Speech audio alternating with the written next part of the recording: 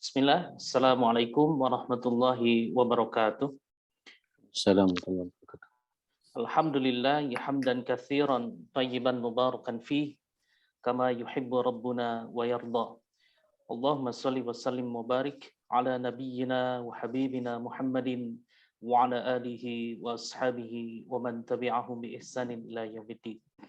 Alhamdulillah, Bapak Ibu, para jamaah rahimani wa rahimakumullah, kita dipertemukan kembali oleh Allah Subhanahu wa taala di dalam satu majelis ilmu yang insya Allah di setiap Jumat yang ketiga ini kita akan membahas lanjutan dari kitab Riyadhus Shalihin yang insya Allah kita sudah masuk di bab sabar hadis yang ke-23 insya Allah. Dan alhamdulillah pula guru kita sudah bergabung, Ustadz Muhammad Soleh Drehem, LC-MAG, Hafizahullah Ta'ala, yang semoga Allah selalu senantiasa menjaga beliau dan keluarga di dalam seluruh perjalanan dakwahnya, insyaallah. Amin ya Allah. Baik Ustadz, teman-teman sudah siap semua untuk menyimak curahan ilmu dari Ustadz, insyaallah. Semoga Bapak Ibu semua sudah siap dengan catatan-catatannya dan segala sesuatunya bisa dipersiapkan dengan baik untuk menerima ilmu dari beliau. Tafadhol Ustadz, kita mulai. Baik, saya sapa semuanya. Assalamualaikum warahmatullahi wabarakatuh. Waalaikumsalam warahmatullahi wabarakatuh. Alhamdulillah, wassalatu wassalamu ala rasulillah, wa alihi wa sahbihi wa mawalah, wa la hawla wa la quwata illa billah. Ya ayyuhalladzina amanu taqullaha haqqa tuqatihi wa la tamutunna illa wa antum muslimun. Rabbi shrah li sadri wa yassir li amri wa hlul 'uqdatam min lisani yafqahu qawli amma ba'd. Subhanallah, memang teman-teman sekalian, jamaah sekalian, bab sabar ini satu-satunya bab yang paling banyak periwayatan hadisnya. Imam Nawawi rupanya punya kejelian yang luar biasa karena memang hidup ini ujian. Hidup ini banyak tantangan, hidup ini banyak masalah. Baik itu ujian yang datang dari Allah Subhanahu wa taala, murni datang dari Allah, itu adalah bentuk Allah mencintai kita, dan bentuk cintanya Allah itu yaitu dengan salah satunya ingin menghapus semua dosa-dosa kita, sehingga nanti kita berjumpa dengan Allah tidak ada satu dosa pun melekat, bersih, dan kita langsung insya Allah masuk surganya Allah Subhanahu wa taala. Tinggal kesiapan kita menerima ujian yang datang dari Allah. Tentu juga ada juga ujian yang datangnya tidak hanya dari Allah, tapi juga murni karena ulah manusia itu sendiri. Bisa karena kita secara pribadi yang menyelisihi sunnatullah dalam hidup ini, sehingga terjadilah apa yang terjadi. Kalau bahasa Al-Quran itu, zaharal fasadu fil barri wal bahri bima kasabat aydin nas. Nampak kerusakan di muka bumi, di daratan, di lautan, di mana saja karena ulah tangan manusia. Ya, maka terjadilah banjir bandang. Pada hakikatnya alam ini tidak ingin memberikan banjir bandang. Banjir bandang itu kan ulah kita. Terjadi penggundulan hutan, pohon ditebang sana tebang sini dan lain sebagainya. Gempa bumi, karena memang bumi ini sudah dirusak oleh manusia, dieksploitasi oleh manusia, digali, digarap, sehingga alam pun juga tidak bersahabat dengan kita. Itu juga akhirnya jadi ujian. Semua itu juga butuh kesabaran dari kita semua. Nanti puncaknya ya akan ada ujian yang datang dari orang-orang yang tidak suka dengan kita. Minal kufar, orang-orang Yahudi, orang-orang Nasrani, orang-orang Majusi, gelisah ngelihat kita ngaji seperti ini, gelisah ngelihat perkembangan umat Islam, akhirnya mereka memerangi kita. Dan perangnya berbagai macam cara. Kalau pas umat Islam jadi umat minoritas, dibunuh, dibantai, diusir, dicaplok tanahnya kayak Palestina saat ini, itu butuh kesabaran memang buat mereka itu. Tapi kalau kita menjadi umat mayoritas, tapi diperangi, apa yang diperangi kita ini? Akidah kita diperangi, akhlak kita diperangi, dunia pendidikan kita diperangi, ekonomi kita diperangi, maka di situ semua butuh kesabaran. Dan Allah mengatakan wa in tasbiru wa tattaqu, kalau kalian sabar dan takwa. Luar biasa ini ayatnya ini. Kalau kalian sabar dan takwa. Takwa pun juga butuh kesabaran, ya kan? Sabar dan takwa. Ada orang sabar tapi tidak takwa, susah menghadapi tantangan ini. Ada orang takwa tapi tidak sabar, susah juga. Jadi dua-duanya sabar dan takwa tidak bisa dipisahkan. Ahli masjid, ya dekat sama Allah Ta'ala, tiap malam tahajud, tiap malam baca Quran, zikirnya luar biasa, doanya juga luar biasa. Tapi kemudian di lapangan ngamuan, ya mudah tersinggungan, temperamental, tidak sabaran, susah menghadapi ujian seperti ini. Begitupun sebaliknya ada orang sabar, sesuai dengan bab yang kita bahas sampai 22 hadis sudah kita bahas, ya sabar. Tapi hablum minallahnya bermasalah. Subuhnya 6:30. Tidak pernah baca Quran. Salatnya suka terlambat. Ya susah, tidak akan bisa menghadapi tantangan-tantangan kehidupan seperti ini. Oke lah, kita sekarang tidak akan membahas tentang ketakwaannya, tapi kita bahas masalah sabarnya itu sendiri. Hidup ya akhi, hanya ada dua pilihan ya. Senang, susah. Kalau senang, pandai-pandailah bersyukur. Kalau susah, sabar yang kita tunjukkan. Bab yang kita bahas ini. Ya, ada untung, ada rugi. Kalau untung, pandai-pandailah bersyukur. Tapi kalau rugi, kembalikan pada Allah. Evaluasi ada apa. Terus tunjukkan kesabaran kita. Ada sehat, ada sakit. Itu hidup ya akhi. Ya, kalau sehat seperti sekarang ini bersyukur. Insya Allah kita besok lebih sehat lagi. Karena dengan sehat peluang-peluang kebaikan di depan mata. Kalau sehat bisa ngaji seperti ini. Kalau sehat bisa ke masjid. Kalau sehat bisa bekerja. Kalau sehat bisa silaturahim. Tapi ada masanya juga nanti Allah mengistirahatkan kita dengan cara diberi sakit. Kalau sakit ya sudah. Fa'idha maridtu fahuwa yashfin. Kalau sakit Allah pula yang menyembuhkan. Minta sama Allah tunjukkan kesabaran kita. Angkat tangan kita. Allahumma antas syafi. La shifa illa shifa'uka. Adhibil ba'sya ishfini shifa'an. Ajilan shifa'an la yughadiru saqam. Minta sama Allah Subhanahu wa taala seperti itu. Baik. 22 hadis sudah saya bahas. Maka izinkan malam ini saya melanjutkan hadis-hadis sabar ini, hadis yang ke-23 malam ini. Bismillah. Hadis yang ke-23 dari Mu'adz bin Anas radhiyallahu anhu. Hadis nomor 23 ya. Ya, wa an Mu'adz bin Anas radhiyallahu anhu anna an-nabiy sallallahu alaihi wasallam qala man kadhama ghaidhan masyaallah wa huwa qadirun ala ay yunfidhahu da'ahu Allah subhanahu wa ta'ala ala ru'usil khalaiq yawmal qiyamati hatta yukhayyiruhu minal huril 'aini ma syaa. Rawahu Abu Daud wa Tirmidzi wa qala haditsun hasan.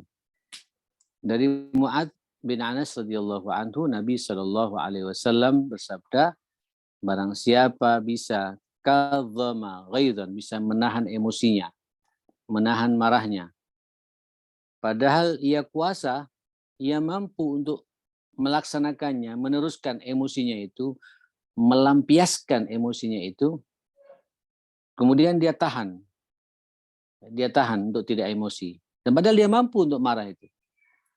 Itu kata Nabi Shallallahu Alaihi Wasallam, Allah Subhanahu Wa Taala nanti akan mengundangnya di hadapan para malaikat-malaikatnya di pada hari kiamat untuk menyaksikan ya apa yang dipetunjukkan oleh Allah Subhanahu Wa Taala, sampai sehingga dia disuruh oleh Allah untuk memilih bidadari ya hurul ain, masya, yang namanya hurul ain. Kalau diartikan hur ain itu adalah yang matanya bulat ya. Yang wanita itu kalau matanya bulat, semua laki-laki menjadi terkesima. Ya, ingin melihatnya gitu. Kita suka. Ya sudahlah, kita tidak bisa dibohongi ya. Dalam kehidupan kita ini tidak ada yang paling nikmat dilihat oleh laki-laki itu daripada lawan jenis. Ngelihat mobil baru ya biasa-biasa saja kita ini. Realistis ya. Ada duit, beli. Tidak punya duit, tidak kepikiran. Ya, ada motor baru, model baru, ada HP baru, model baru keluar. Pengen beli, tapi kalau kemudian kita terbatas finansial kita nggak jadi kepikiran. Beda kalau laki-laki ngelihat wanita. Itu sampai dibawa tidur itu, menghayal terus-menerus. Padahal dia sudah punya istri. Ya. Nah, biasanya orang-orang kayak gitu ngamuan, sensitif, tersinggungan. Orang kalau hobi melampiaskan syahwat matanya pada lawan jenis, biasanya di saat yang bersamaan pula orang itu tidak bisa mengendalikan emosinya. Nah, diangkat oleh Nabi SAW pada hadis ini. Barang siapa man kadzama ghaizan, bisa mengendalikan ya emosinya, menahan amarahnya, padahal ia qadirun ala ayyun fidahu, mampu, kuasa untuk kemudian melampiaskan emosinya itu. Contoh. Antum ada salah paham dengan istri. Dan yang salah itu istri. Dan terang-terangan berbuat salah di hadapan kita, atau pada anak kita, atau pada relasi kita, atau pada anak buah kita yang paling jelas itu. Berbuat kesalahan fatal di depan mata. Antum kan bisa saja kan sebenarnya ngamuk-ngamuk. Bahkan bisa nonjok, bisa memukul, bisa membentak. Mampu untuk berbuat seperti itu, tapi antum tahan itu. Tertahan, antum sentuh perasaan anak, antum sentuh perasaan istri, antum sentuh perasaan pembantu yang salah dibuat di rumah itu, antum sentuh relasi kita, anak buah kita. Karena marah tidak menyelesaikan. Orang kalau marah berangkat dari hawa nafsunya, yang merespon juga dengan hawa nafsu juga ya. Beda kalau marahnya karena Allah. Kalau marah karena Allah itu tidak akan keluar kata-kata yang umpatan-umpatan yang unik-unik gitu. Tapi orang kalau kemudian dia mampu marah, kemudian dia tahan. Karena teringat dengan sabda Nabi yang satu ini. Nanti pada hari kiamat akan dipersaksikan oleh Allah, dipanggil oleh Allah Subhanahu wa taala, diundang oleh Allah di hadapan kepala-kepala, yaitu maksudnya disaksikan oleh makhluk-makhluk yang ada pada hari kiamat, malaikatnya, jinnya, manusianya. Allah membanggakan kita ini. Kemudian Allah menyuruh di hadapan mereka itu, pilih nanti bidadari mana yang mau kau ambil itu sebagai pelipur laramu nanti di surga, mendampingi kami. Ini sebelum dimasukkan ke surga sudah disuruh pilih duluan oleh Allah Subhanahu wa taala. Artinya memang emosi ini tidak menyelesaikan masalah. Marah ini nambahin masalah. Orang kalau bisa menahan emosinya, tenang menghadapi masalah, padahal dia mampu untuk kemudian melampiaskan emosinya itu dengan kata-kata sampah, kotor, menjijikkan, nyelekit, pedes, ketus, tahan semuanya itu, yakinlah di surga antum akan dibahagiakan oleh Allah, bahkan disuruh pilih dari sekian banyak bidadari-bidadari Allah siapkan kepada orang-orang seperti itu. Nyambung ya? Nah, ini kira-kira hadis yang nomor berapa? Nomor 23. Mudah-mudahan tidak diprotes oleh ibu-ibu ya. Kalau ibu-ibu dapat apa Ustadz? Ya jangan bertanya bintang bidadara ya. Kalau ibu-ibu itu dia kepala bidadarinya nanti itu ya. Jadi kata Nabi Shallallahu Alaihi Wasallam itu seorang istri yang salihah, yang juga tidak ngamuan, peduli, perhatian sama suaminya, taat pada suaminya dengan penuh ketulusan, itu nanti masuk pintu surga dari pintu manapun pula, tentu juga akan membawa suaminya itu, dan dia sebagai kepala bidadarinya. Logikanya ibu-ibu, kalau sudah jadi kepala bidadari, paling cantiknya bidadari, tentu kita tidak akan melirik kemana-mana. Tapi juga tidak bisa dibahasakan logika dunia dengan logika akhirat ya. Karena nanti di akhir itu tidak ada cemburu lagi. Semuanya nikmat dan semuanya seperti itu di hadapan Allah Subhanahu wa taala, dan puncaknya nanti katanya itu kita akan berjumpa dengan Allah Subhanahu wa taala. Mudah-mudahan Allah karuniakan kepada kita ya nikmat kesabaran yang utuh ya. Jadi marah pasti ada marah. Yang penting marahnya tidak kemudian sampai terlampiaskan, tahan. Insya Allah kalau antum bisa menahan tuh akhi, itu setan-setan, jin-jin, marit segala macam pada lari semua tuh akhi. Ya, apalagi antum duduk marah kemudian antum berwudu, istighfar pada Allah, baca a'udzubillahi minasyaitonirrajim, sebagaimana hadis kemarin kita bahas. Wah, itu karunia yang luar biasa yang Allah berikan kepada kita. Cuma kebanyakan kita ini lupa ketika kita sudah dalam kondisi seperti itu. Makanya yang paling baik satu sama lain di antara kita saling mengingatkan. Kalau pas marah, bilang aja, masa tidak pengen bidadari gitu. Ayo senyum, tidak usah marah-marah. Surga loh. Gitu. Bidadari disiapkan oleh Allah Subhanahu Wa Taala. Kira-kira begitu ya. Paling tidak kita ingatkan, kul, katakan, a'udzubillahi minasyaitonirrajim. Masya Allah. Ini kira-kira hadis nomor berapa? Nomor 23 ya. Mudah-mudahan ini jadi penyemangat bagi kita untuk terus-menerus bisa menahan emosi kita. Makanya di hadis berikutnya dari Abu Hurairah, silakan naikkan ke atas lagi. Radhiyallahu anhu anna rajulan qala lin Nabi sallallahu alaihi wasallam ausini ya Rasulullah, wasiati kami, beri wasiat padaku. Ya Rasulullah, beri kami nasihat. Ya, kemudian Nabi sallallahu alaihi wasallam memberikan nasihatnya, la taghdab faraddada mirara. Kemudian Nabi mengatakan, jangan marah. Ya, jangan marah, kata Nabi. Faraddada mirara, dan diulang-ulang berkali-kali. La taghdab. La taghdab. Datang lagi, beri kami nasihat, la taghdab. Datang lagi, la taghdab, kata Nabi. Datang lagi, Nabi mengatakan, la taghdab, jangan marah, jangan. Itu sudah pegang.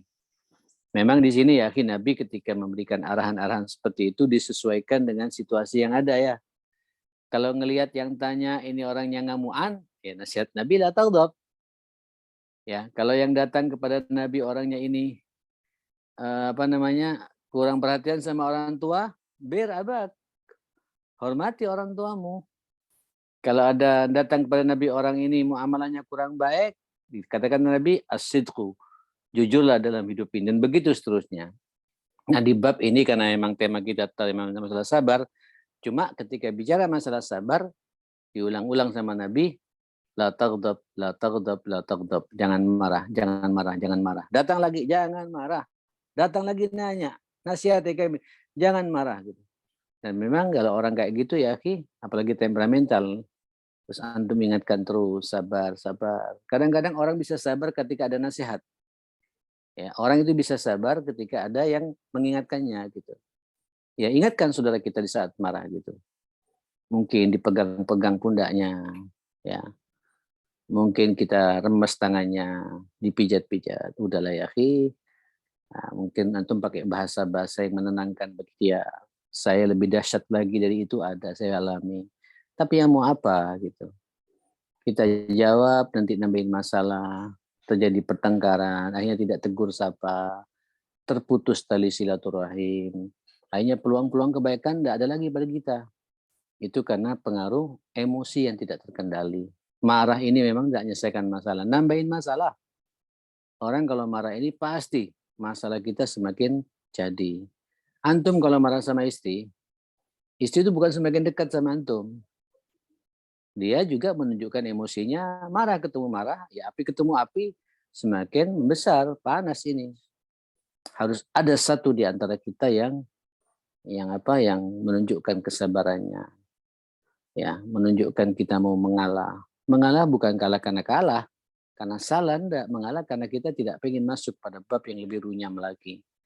Akhirnya ya sudah enggak terkendali. Memang sabar ini, ya menahan emosi ini adalah perjuangan bagi kita semua untuk mengendalikan hawa nafsu kita. La taghdab, la taghdab. Jangan marah, jangan marah. Nah, jamaah sekalian, saya ingin menggarisbawahi sedikit tentang masalah marah ini. Dalam kitab ini dikatakan Zammul ghadab wal bu'du an asbabihi. Memang ghadab itu dicela oleh agama kita dan kita dianjurkan untuk menjauhi sebab-sebab yang mengarah kepada marah ini. Ya. Kemudian al-ghadab al-madmum maka fi umurid dunya. Marah yang dicela itu karena kalau terkait dengan urusan dunia ya. Urusan gengsi, urusan kesalahpahaman dalam komunikasi, ya, urusan jual beli, ada yang dirugikan dan lain sebagainya kan ujung-ujungnya orang marah di situ. Tapi kalau marah yang terpuji yaitu wal ghadab al mahmud maka lillah wa linusrati dinihi. Manakala kita marah karena Allah atau karena ingin memenangkan agama Allah Subhanahu wa taala. Ya, Nabi sallallahu alaihi wasallam yaghdab idzan tuhikat hurumatillah. Nabi itu kalau sahabatnya, pada sahabat yang sudah akrab dan tahu akan hukum sesuatu yang dilarang tapi dia tidak melaksanakan, Nabi sangat marah. Ya, cuma marahnya menyentuh Nabi itu. Marah Nabi itu tidak kemudian ngamuk, keluar kata-kata sampah, kotor, mengumpat, ya. Dan enggak, Nabi itu marahnya kelihatan. Nabi itu kelihatan dari aura mukanya. Ya. Dan kalau harus berbicara, itu pembicaranya sangat menyentuh. Ya, kayak kemarin saya pernah cerita ya, kisah Nabi dalam perang Hunain itu. Ya, seorang sahabat yang nuntut minta ghanimah. Jauh-jauh datang dari Madinah, masa nggak dapat ghanimah. Sementara kekayaan berlimpah, mungkin tontonan emas pada waktu itu, belasan ribu onta dan likuran bahkan puluhan ribu ekor kambing jadi tawanan itu. Hak rampasan ghanimahnya kaum muslimin. Tiba-tiba orang-orang Madinah, Ansar dan orang Muhajirin tidak satu pun diberi oleh Nabi. Nabi memberikan semuanya kepada orang-orang yang baru masuk Islam di Mekah itu. Minal mu'allafati qulubihim. Kemudian ada satu sahabat namanya Zu Al-Khuwaisirah yang nuntut. Sekarang saya tidak ingin ikhlas-ikhlasan. Saya minta jatah saya. Mana hak saya? Tidak benar ini sungguh kismatun ma'udila fiha. Suatu pembagian yang tidak adil kalau kayak gini. Bisa dibayangkan Nabi dibilang tidak adil. Nabi dibilang tidak adil. Nah, kemudian Abdullah bin Mas'ud saking cintanya sama Nabi, dia mengatakan, hati-hati omonganmu itu. Dia juga emosi ya. Emosinya karena cinta sama Nabi. Hati-hati omonganmu, akan saya sampaikan kepada Rasulullah. Disampaikan betulan. Kemudian Nabi langsung berubah wajahnya itu. Terus keluar kata-kata yang sangat indah ya. Marah. Tapi marahnya terukur. Marahnya itu menyentuh. Ada nilai dakwah. Idza lam ya'dilillah wa rasuluhu faman ya'dil idzan. Kalau sudah Allah dan Rasulnya tidak adil, maka siapa lagi yang akan adil dalam hidup ini? Gitu. Saya berbuat begini atas perintah Allah. Karena orang Mekah luar biasa. Ini orang yang keras-keras, perlu disentuh hatinya. Ya, bayangkan Abu Sufyan yang jadi penonton dalam perang Hunain itu dikasih 100 ekor onta. Abu Sufyan pintar. Ya Rasulullah, ini Muawiyah anakku ikut juga loh gitu. Dikasih juga Muawiyah 100 ekor onta. Tidak hanya itu ya Rasulullah, adik Muawiyah juga ikut loh gitu. Padahal jadi penonton semua itu. Dikasih juga yang sementara dari Madinah, Ansar dan Muhajirin tidak ada satu pun diberi oleh Nabi SAW. Sampai keluar kata-kata sahabat ini, wah ini pembagian yang tidak adil. Maka keluarlah kata-kata dari Nabi itu marah, tapi marahnya terukur, ya, marahnya terarah. Idza lam ya'dilillah faman ya'dil idzan. Kalau sudah Allah dan Rasulnya tidak adil, maka siapa lagi yang akan adil? Nah, ini kira-kira ya gambaran marah yang diperbolehkan oleh agama kita terarah. Boleh kita marah sama anak, tapi marah yang terarah. Marah yang merangkul. Ya, la taghdab, tidak boleh marah kalau marah itu berangkat dari emosi murni sehingga keluar kata-kata yang mengumpat, ya, mencela, menghardik, melabrak, memecahkan kaca dan lain sebagainya, merobek baju. Nauzubillah sama nauzubillah, itu yang dilarang oleh agama kita. Saya pikir jelas ya tentang hadis ini. Insyaallah kita masuk hadis yang ke-25 sekarang. Monggo. Hadis yang ke-25 dari Abdullah bin Abbas radhiyallahu anhuma. Qala, luar biasa ini. Ini juga menarik ini. Qadima Uyainah bin Husain fanazala ala ibni akhihi al-Hur bin Qais. Uyainah ibn Hisn pernah sekali waktu dia turun di rumah ponaannya namanya Hur bin Qais. Hur bin Qais. Wa kana Hur ini minan nafaril ladzina yudnihim Umar radhiyallahu an. Dia termasuk sahabat yang menjadi menjadi penasihat pribadi Umar. Ya. Kenapa? Kan al-qurra ashab majlis Umar radhiyallahu anhu musyawaratihi kuhulan kanu asyubbanan. Dan memang penasihat-penasihat pribadi Umar yang orang di sekitar Umar, asisten pribadinya atau orang-orang yang kalau bahasa kita bitonahnya ya, pembisiknya, pengarah pribadinya itu Umar memilih orang-orang yang hafal Quran. Ya, yang orang yang hafal Quran karena berharap Umar akan mendapatkan keberkahan dan pasti akan terarah nanti masukan-masukan dari orang-orang yang mendampingi Sayyidina. Baik sahabat-sahabat senior atau sahabat-sahabat yang junior. Kalau Uyainah ibni akhi, berkata Uyainah ini kepada ponakannya ini, ya ibni akhi, wahai ponakanku, laka wajhun inda hadal amir, fasta'din li alai. Wahai Hur, ponakanku, sepertinya kau ini ada perhatian khusus di mata Amirul Mukminin.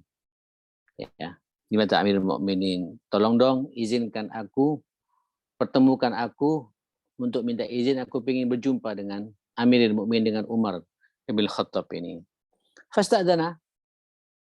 Maka ponanya Uyainah ini minta izin kepada Sayyidina Umar, fa'adina lahu Umar. Kemudian diizinkan oleh Sayyidina Umar.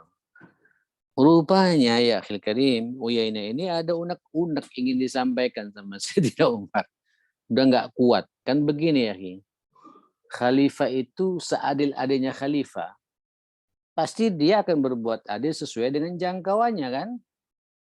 Nggak bisa kemudian satu persatu ini akan bisa. Saya secara pribadi tidak usah jauh-jauh lah ya.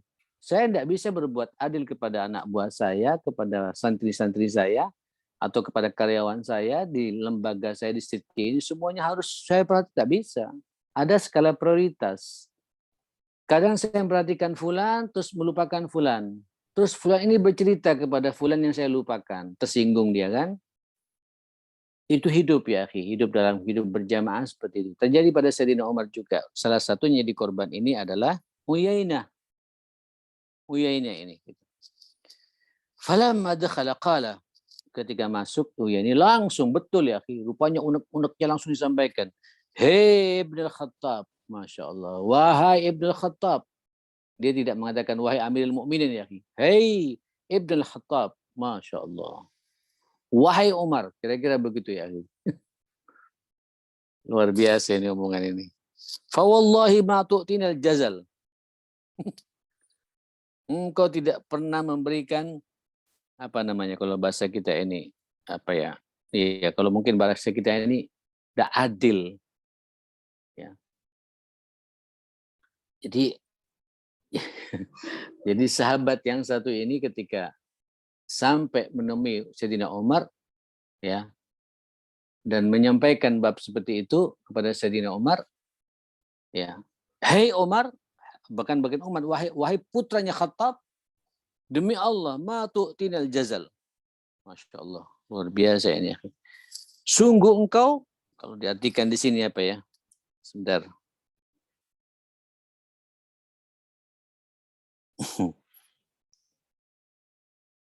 Ini luar biasa beraninya sahabat yang satu ini. Sebentar. Engkau tidak pernah memberi kepada kami. Ya, ma tu'tinal jazal. Pemberianmu sangat sedikit pada kami. Yang lain diberi banyak, pada kami sedikit, kata dia. Wala tahkumu fina bil adl. Engkau ketika memutuskan satu perkara, kau sungguh tidak adil. Bayangkan ya, Sayyidina Umar dibilang tidak adil. Demi Allah, Tuhan tidak memberikan banyak pemberian, artinya tidak memberikan peluang pekerjaan bagi kami, dan Tuhan Anda juga, engkau wahai Umar, juga tidak adil dalam memutuskan satu perkara. Gitu. Allahu Akbar. Padahal kita tahu kan, Sayyidina Umar ini satu-satunya sahabat yang dikenal paling keras, tidak kompromi terhadap kebatilan, tegas sampai dapatkan julukan Al-Furqan. Kemudian dituduh begitu ya. Allahu Akbar. Faghadiba Umar emosi, marah Umar. Sayyidina Umar marah, hatta hamma ayyuki abi. Hampir-hampir Umar ingin mengeksekusi orang ini. Saya nggak tahu kata-kata Yuki di sini apakah ingin memukul, ingin menempeleng, ingin menjewer, atau ingin memenjarakan dia. Hampir-hampir begitulah, berbuat yang hampir yang tidak masuk akal lah. Karena emosi, kan dituduh nggak karuan seperti itu. Faqalahul khur, berkata tadi ponaannya, pendamping Umar, kepercayaan Umar ini, ponaan dari orang yang nanya tadi ini. Ya Amirul Mukminin. Ini Pak pentingnya kalau orang marah, ada yang mendekati, ada yang menasihati. Ya Amirul Mukminin, innallaha ta'ala qala li nabihi. Sesungguhnya Allah Subhanahu wa taala berkata kepada nabinya, khudil afwa wa'mur bil urfi wa'rid anil jahilin. Berikan maaf, ya. Perintahkan dengan cara yang baik dan berpalinglah dari orang-orang yang bodoh. Wa inna hadza minal jahilin. Ini orang-orang yang tidak tahu masalah. Kata Hur ini penasihat pribadinya. Wallahi ya akhi, coba lihat apa hadis ini. Wallahi ma jawazaha Umar hina talaha. Umar ketika dibacakan ayat ini, ya, Umar tenang, ya, kemudian tidak merespon, tidak jadi kemudian mengeksekusi orang ini. Wa kana waqafan inda kitabillahi azza wa jalla. Sayyidina Umar itu saling mudah tersentuh ketika dibacakan ayat-ayat Allah Subhanahu wa taala. Nah, ya akhi, maksud saya ini hadis luar biasa ya. Jadi ketika ada orang marah, kita yang paham masalah jangan ngompori. Minimalisir itu kemarahan itu. Bahkan kalau perlu sadarkan yang bersangkutan, ya, tenang, tidak perlu larut dengan celotehannya orang, jangan merasa terprovokasi, ya. Ingatkan dengan ayat-ayat Allah Subhanahu wa taala. Karena banyak ya, saya di lapangan sering menemukan orang itu meledak emosinya karena ada yang ngompori, ada yang memprovokasi. Seharusnya diredam, ditenangkan, sudahlah sabar. Ya, kalau antum lawan, tidak ada bedanya antum dengan orang seperti ini. Kelas antum ya kelas itu juga. Menghadapi orang awam, ya sudah buktikan aja dengan amal, dengan kerja. Ya, kalau memang ada sesuatu yang tidak dia penuhi, ya kita penuhi. Biasanya orang-orang kayak gitu ngamuk di hadapan kita karena memang ada hak-haknya nggak terpenuhi gitu. Atau kita sudah memenuhi, cuma mungkin tidak sampai kepada yang bersangkutan. Atau dia masih belum memahami kebijakan secara umum. Apa yang kita putuskan, dia salah tafsir. Jelaskan semuanya bagi yang bersangkutan. Tidak bisa juga ya, sudah ini kemampuan saya. Marah-marah biarkan aja. Wa idza khatabahumul jahiluna qalu salama. Ketika ada orang mengomentari kita yang tidak tahu masalah yang kita perbuat, ucapan saja ma'assalam. Selamat tinggal dengan penuh keselamatan. Tetap direspon, semakin jadi ya. Ya, antum respon orang-orang seperti itu, apalagi dikompori, ini hati-hati, pertemanan yang penting ya. Makanya Sayyidina Umar itu penasihat-penasihat pribadinya bukan orang-orang yang sami'na wa ata'na, bukan.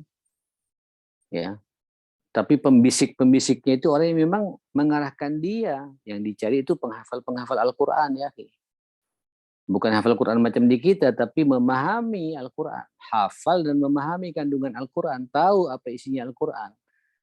Jadi menjadi hidayah betul bagi orang yang hidup bersama Al-Quran itu. Dan itu disampaikan kepada Amirul Mukminin, ini orang, ya, fa'fu anhu, berikan maaf padanya, wa'mur bil urfi, ajarkan dia dengan sesuatu yang baik, kemudian wa'arid, dia orang tidak tahu, berpalinglah dari orang-orang yang tidak tahu. Ini pamanku orang yang tidak tahu masalah gitu. Jenengan jelaskan. Kalau enggak, ya sampai kata inilah kemampuan kami. Tapi akan saya perhatikan loh ya apa yang kau minta itu. Kira-kira begitu. Nah inilah pentingnya ya, kita punya sahabat-sahabat yang baik ya. Nah paling tidak kita juga kalau ngelihat dan jadilah kita juga sahabat yang baik buat teman-teman kita yang emosian, yang ngamuan. Ya, kadang-kadang orang itu bisa berhenti emosinya kalau berada di lingkungan orang-orang yang sering menasihati satu sama lain. Tapi akan semakin menjadi-jadi emosinya, bahkan semakin menjadi diktator orang itu Karena di sekitarnya itu punya kepentingan pula untuk ngompori yang bersangkutan. Dan lain sebagainya. Mudah-mudahan tidak terjadi dalam kehidupan kita. Saya pikir cukup ya. Ya 3-4 hadis ini saya sampaikan pada malam hari ini. Mudah-mudahan kita terus-menerus diberi oleh Allah kesabaran yang prima, yang utuh. Hidup ini banyak ujian ya, ya. Kadang alam juga tidak bersahabat. Kadang ujian keluarga, ya. Ujian anak, ujian istri, ujian orang tua, ujian pekerjaan juga ya. Mudah-mudahan pekerjaan antum semua lancar lah. Lancar dan dimudahkan oleh Allah. Kalau enggak perlu ngamuk-ngamuk. Rizki sudah di tangan Allah. Maksimalkan saja semua potensi antum. Terus cari rizkinya Allah. Allah menyiapkan. Sebab Nabi sudah bersumpah. Demi Allah kata Nabi. Seorang manusia itu tidak akan meninggal dunia. Kecuali Allah juga menyempurnakan rizki dan ajalnya. Jadi ajal batasan umur manusia ini Pak sudah ada batasannya. Rizkinya pun juga sudah ada kaplingannya. Jangan sampai kita marah-marah karena urusan-urusan seperti itu. Sadarkan saudara kita, insya Allah kesabaran akan membersamai kita dimanapun kita berada. Wa sallallahu ala sayyidina Muhammadin wa ala alihi wa sahbihi wa sallama tasliman katsira. Alhamdulillahi rabbil alamin. Saya kembalikan kepada host ya. Fadhal ya, Muhammad Hamdan. Alhamdulillah, jazakallahu khairan Ustaz atas curahan ilmunya yang disampaikan kepada kita semua. Baik, rasanya sudah sangat jelas sekali Ustadz menggambarkan tentang pentingnya kesabaran untuk menjalani ujian-ujian di dalam hidup kita. Oleh karena itu, supaya lebih interaktif lagi Bapak Ibu sekalian, sahabat-sahabat Ashabul Hijrah, silakan jika akan menyampaikan pertanyaan bisa disampaikan melalui kolom chat atau nanti bisa raise hand terlebih dahulu untuk langsung berdialog dengan Ustadz. Ada satu yang sudah masuk Ustadz, ini luar biasa ini Masya Allah. Dengan senang hati, fadhal. Dari Pak Joko ini, dari Bandung Ustadz. Assalamualaikum Pak Ustadz. Waduh ini, sabar seperti apa cara menghadapi istri yang cerewet? Masya Allah. Ini supaya balance istri yang cerewet atau suami yang cerewet gitu Ustadz. Supaya balance nggak hanya istri saja ini Masya Allah. Pertama harus dievaluasi kenapa dia cerewet. Jangan-jangan cerewetnya karena suaminya. Bisa Ya jadi. kan? Loh iya makanya, ini kan tidak bisa kita hanya membahas ini dengan satu sisi gitu ya. Apalagi pengajian ini juga didengar sama istrinya ini, bisa-bisa salah paham ini. Iya, ini satu-satu layar Ustaz di gadgetnya ini. Enggak lah, biasanya sih kalau istri itu cerewet pasti diawali dengan sikap kita, kaum laki-laki yang kadang-kadang tidak memahami ya apa yang diinginkan oleh ibunya anak-anak di rumah itu. Kalau komunikasi dibangun dengan cara yang baik, terus ritme ibadahnya juga sama, ya, visi dan misi berkeluarga juga nyambung, ya. Terus kita bergandengan tangan kemana-mana. Pasti ada masalah pastilah. Lagian berkeluarga kalau tidak ada masalah tidak enak ya. Tidak cerdas kita ini. Jangankan kita, Rasul saja juga ada masalah kan dalam keluarganya itu. Sampai ada beberapa ayat itu turun masalah keluarga. Surat At-Tahrim itu lihat. Sampai Nabi hampir mengharamkan apa yang dihalalkan oleh Allah. Karena mengikuti irama maunya istrinya itu. Sampai turun ayat juga tentang bagaimana mereka Ummahatul Mukminin minta tambahan uang belanja kepada Nabi. Ya karena uang belanjanya katanya lebih sedikit daripada uang belanjanya sahabat-sahabat yang lain gitu. Dan Nabi kepala negara, kepala agama. Kok bisa begini gitu. Langsung Allah yang turun tangan itu. Ini kan berarti ada masalah ya dalam urusan keluarga. Termasuk juga hadithul ifk yang terjadi kepada siapa?